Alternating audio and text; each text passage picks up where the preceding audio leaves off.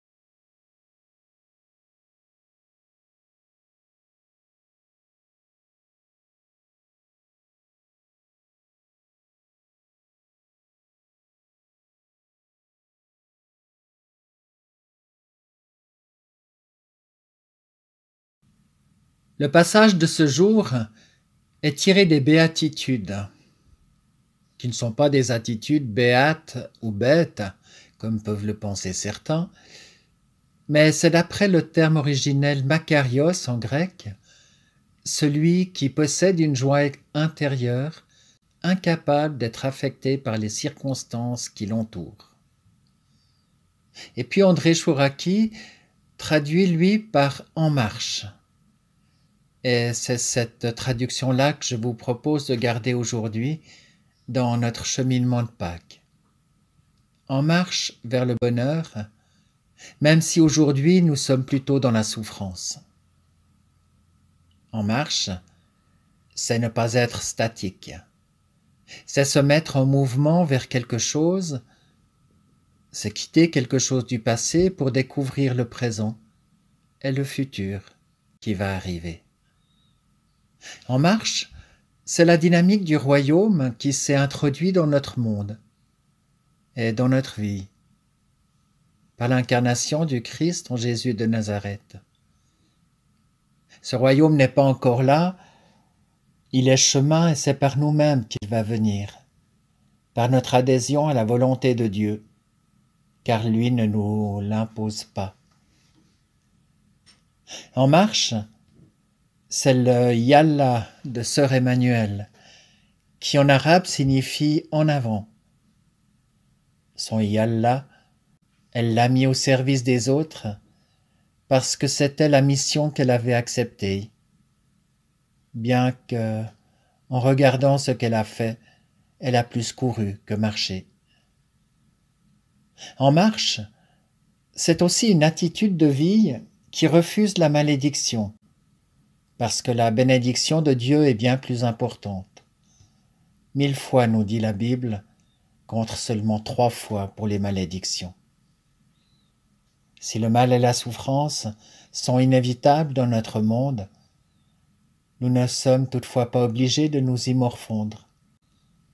L'espérance peut nous guider en avant, avec l'amour et la foi. Alors que nous sommes liés au chronos, c'est-à-dire le temps qui passe, le royaume de Dieu, lui, se déroule dans le kairos, c'est-à-dire le bon moment. Et c'est pour cela que si les épreuves nous paraissent longues, dans le temps de Dieu, elles ne durent qu'un instant. Et c'est le moment où l'on se met en marche, pour en sortir avec son aide. Dans la peine, se mettre en marche est un pas en avant vers la promesse de Dieu.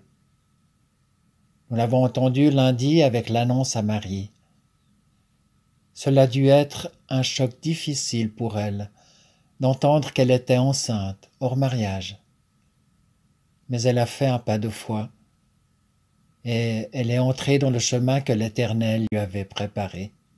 « Je suis la servante du Seigneur », a-t-elle répondu. Aujourd'hui, il y a peut-être une pauvreté en nous, une fragilité qui nous fait souffrir et que nous ne pouvons partager. Le Seigneur nous invite maintenant à entrer dans son kairos, à lui déposer ce poids qui nous retient et à passer un moment avec lui pour l'écouter et reconnaître sa volonté. Il ne veut pas notre souffrance. Au contraire, il désire notre bonheur et nous aidera à triompher du mal si nous lui faisons confiance. Heureux sommes-nous si nous comprenons nos fragilités.